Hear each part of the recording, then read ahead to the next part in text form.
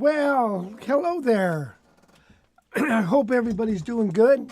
Anyway, that was a little tune called Stop That Blues, and that's something I cooked up a long, long time ago to play some blues with.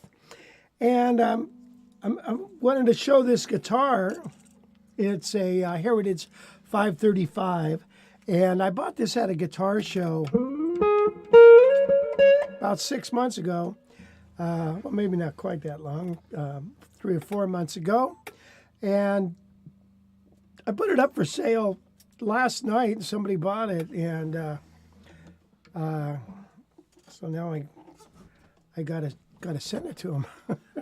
But it's a nice axe, man. I like these. This thing is solid as can be. But anyway, it's going bye-bye, but I have a brand new one coming to me. I just got a notice yesterday. You know, what happens is you get a bill. You get a bill from Heritage or Eastman or something, and all of a sudden it says, okay, pay this much, and you get it, and you get this guitar. Okay. So you kind of do it, and there you have it. But this one, yeah, somebody bought last night. I would like for us to do a little comparison, if we could, on this and my 347. So let's just take a listen to them in a minute.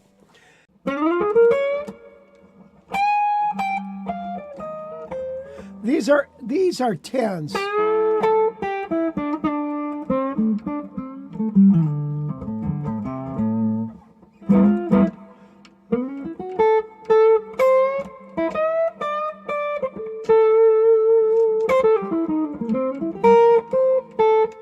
Anyway, so that's the name of that tune. I've gotten a bunch of guitars, and it's like they come and go really quick. And then some of them I get and I got to work on, and I've been really slow about working on them. I got an L4 a couple of weeks ago, and all I've done is clean it, which it took a long time. I need to do some things to it. And then I got a, this Howard Roberts. It needs a couple things done to it. And we'll show that guitar in a minute.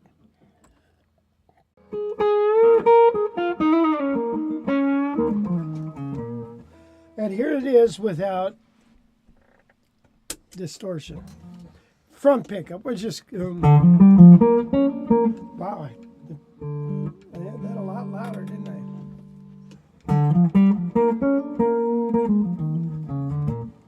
And here's the back pickup. Let me turn that down a little bit.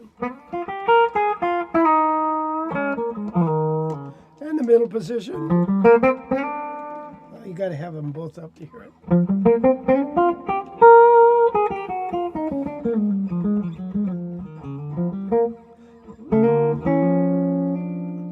All right, now I'm going to play the 347. Now, it does have a little bit lighter string, and it is an older set of strings on this, so it might not be a fair comparison. But this has a Bigsby and it weighs a ton.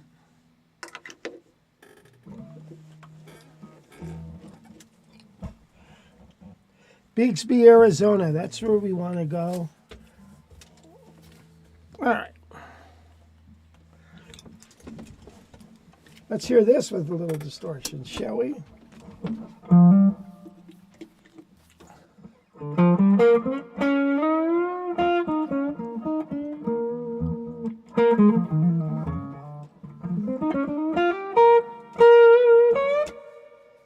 Right away, I want to say I'm going to lift this pick guard up.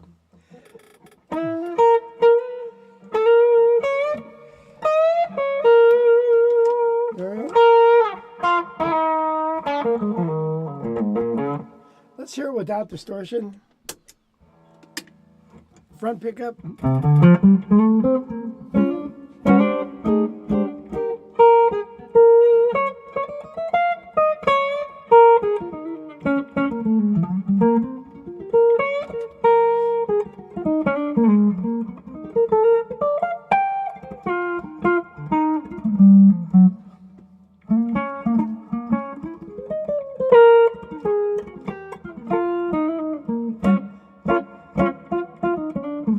Here's the back pickup.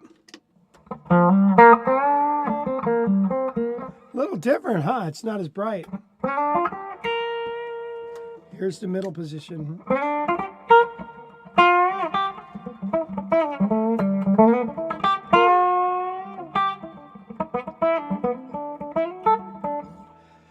All right, which one sounds better? Could you guys let me know? I would appreciate that. Sorry to put so much pressure on you to make those calls, but I would like to know. I mean, just off the bat, they're a lot. They're different. They sound different. They do. Yeah, they have a different. Which one sounds better? I like that one better. I think the Gibson is better in my opinion. It sounds more warmer, maybe, and a little more like old school kind of.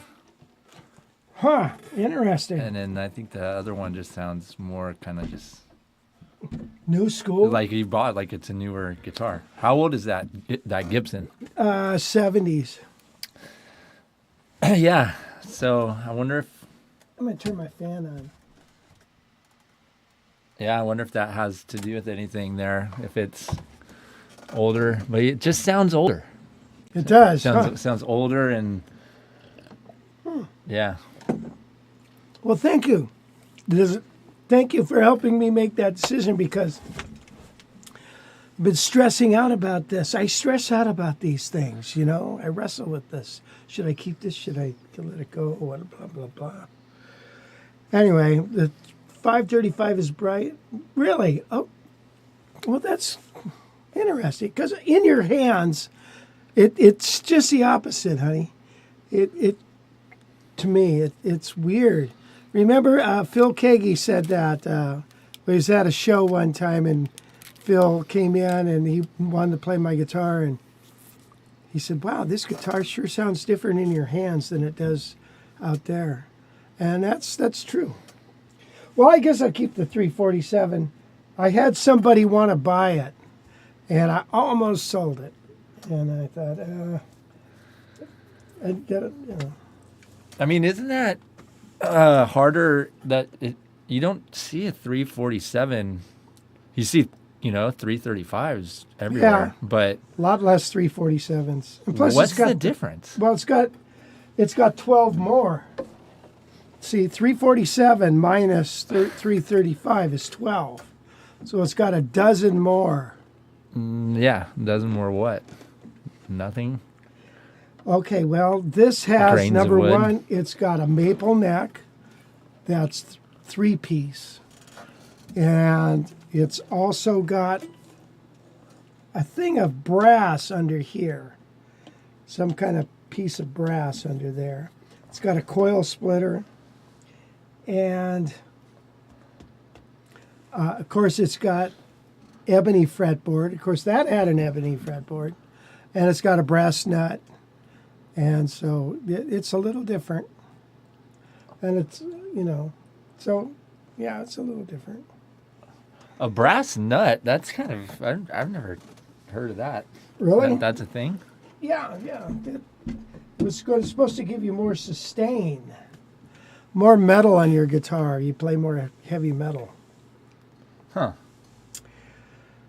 It's the same size as a 335. They're all the same there. So what is the main difference besides the number? Is it, Well, it's got a coil splitter. It's got an ebony fretboard. It's got the inlays. those 335 doesn't have any of that? No. And it's got the three-piece maple neck. And the brass nut and piece of brass under the bridge is what I've always heard. So anyway, this was a second, and I bought it, and I don't know if you can see it, but it says second there. You see that, Wes? See right there, it says second. Oh yeah. And back in the period I called up Mitch Holder because I thought, I said, I'm looking at this and I don't see why that this would be a second. Although I bought this used, so it had dings and stuff. And he said, well, don't worry about it because back then they were stamping them seconds so they could lower the price to their dealers to compete with the Japanese stuff. So instead of all of a sudden saying, okay, 335s now are going to be 25% cheaper, they take a batch of them and stamp second on it and say, oh, it's got a finish flaw. We can't sell it as new, but we'll sell it at 25% or whatever the number was, so you can compete with Ibanez, which I thought was a smart idea. So that 347 is better than a 335. Well, maybe not. It's got more bells and whistles, but like I said, man, every guitar sounds different, and we're going to show that, by the way, in a second, even within the same models. But this, 335 sounds different. I had a 335 for decades, 68. It was a love-hate thing. I sold it, and then I bought it back, then I sold it again. So check this out. This is, I don't know, Wes, you have to turn that on, I guess.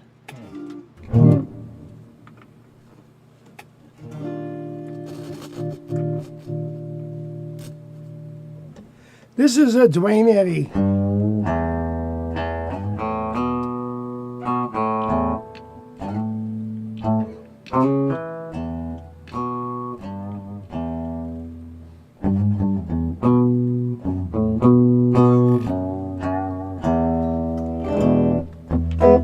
Anyway, I've always liked these. Ted Greene always said, this is the best guitar ever made, the Gildwin Eddy. And boy, it's got a sweet little sound. Now these are 10s, I believe, or 9s actually, because I was going to play some blues on this. You know what? I had to play some blues on this well, I'll do that in a minute. But look at that. This guitar with the Bigsby on it has no down pressure on the bridge. Can you see that? How it's just straight? And I think that's problematic, to be honest. There's not enough pressure on that. So I've been looking for a different Bigsby vibrato, the kind that pushes the strings down towards the top, like this one. You see this? See how that does that? Pushes the strings down to the top of the guitar, that extra bar going across there. That way you get more down pressure on the bridge.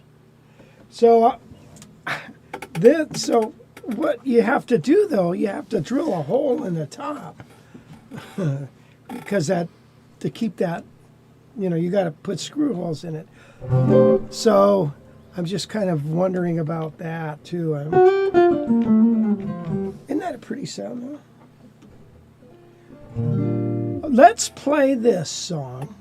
No, we'll play that in a minute. Never mind.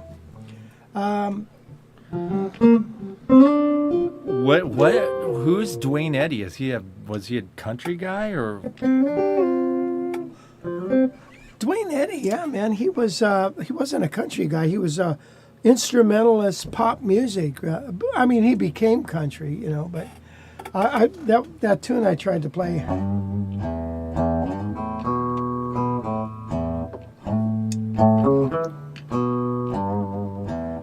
Rebel Rouser. Right. You ever heard that?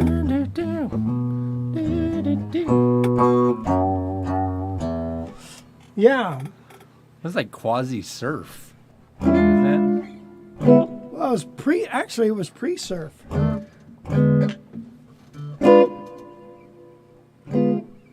That thing definitely has a unique sound. Hey, I've got this song planned. Let's see if we can whip it out here.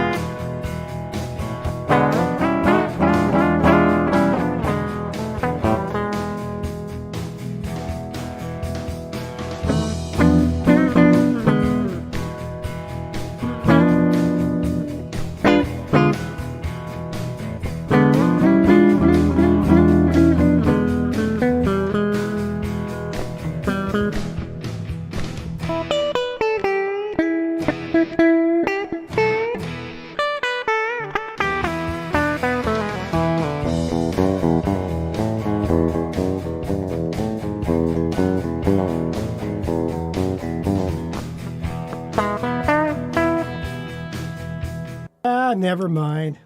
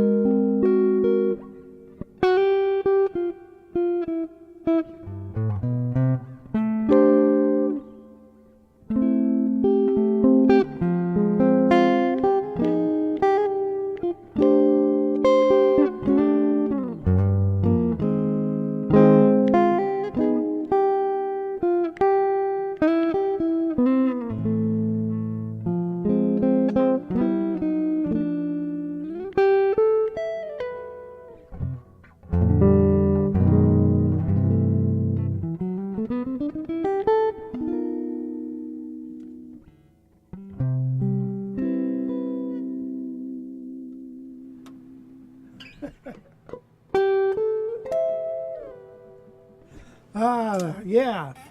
So anyway, this Dwayne Eddy, what a trip. Let's play some blues with it, Wes. See what happens. Can we go back to that other? Whoops. Yeah, isn't that like a 340 or 335 kind of? Pretty much. It's more like It's a little fatter, right? it's a laminate birdland. It's 17-inch. It's laminated. They make a DE 400 and a DE 500. A 500 is gold hardware and prettier, more binding and everything, but it's the same body pretty much, is what I've read. This is rosewood fretboard, and there you have it. Let's see if we can get this going here.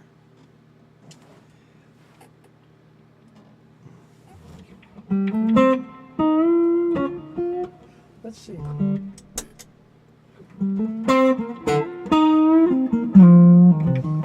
It's almost got a Strat sound, isn't it? Let's see. Let's try let me find the track here.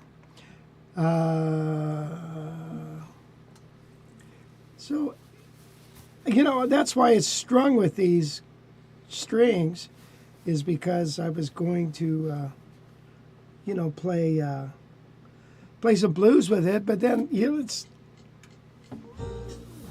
because of the down pressure. Bending is not very good. There's not enough down pressure over here.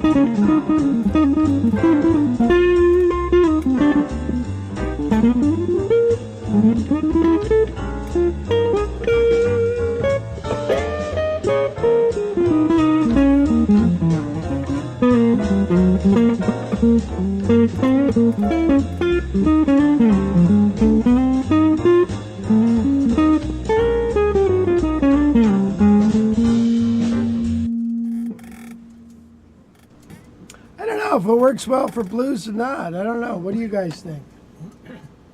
Maybe not. I don't know. I mean, I thought it sounded good. It sounds running the audio board back here. It's at least more balanced than all the other ones. The other ones, you flip a knob or the switch, and it's like, and it's like, oh, huge volume differences on each thing. But that one stays nice and level the whole time. Interesting. Yeah, I thought that one sounded good for sure. At least it has character. It does have character. Kind of.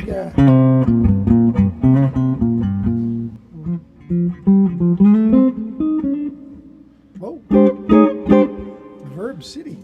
I mean, in my opinion, guilds sound better than most of the other guitars. You can't say that, Wes. Every time we do videos and stuff, you'll play 5 guitars, and always the best sounding one out of all 5 is always the guild. Isn't that weird? They always just have more character, more life, more Well, personality.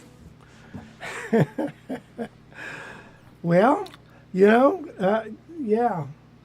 Well, Like the other day, we did 5 videos. right, that's true. And the 1955 guild blew all of them out of the water, Yeah. I thought, at least. I mean, you might not. No, That video is going to come out tomorrow, so you'll see it for yourself. This 1955 guild. That's just nothing too special, it seemed like, but gosh, it sounded way better. Yeah, that was a student guitar. Crazy. Hi, Rich here again. I just wanted to say thanks for checking out my videos. If you like it, hit the thumbs up button. And if you haven't already, please subscribe to my channel and sign up for those notifications so you can see all the cool guitar videos we put out each week. If you want more lessons right now, I have hundreds of them at guitarcollegelibrary.com. Check out our low-price monthly streaming memberships. And if you want to learn jazz, check out my course, Jazz Guitar Improv. I take beginner jazz players and get them playing awesome solos on the fly. You'll see the link for the JGI course in the description below. Hey, thanks again for watching my channel. We'll see you again real soon with a new video.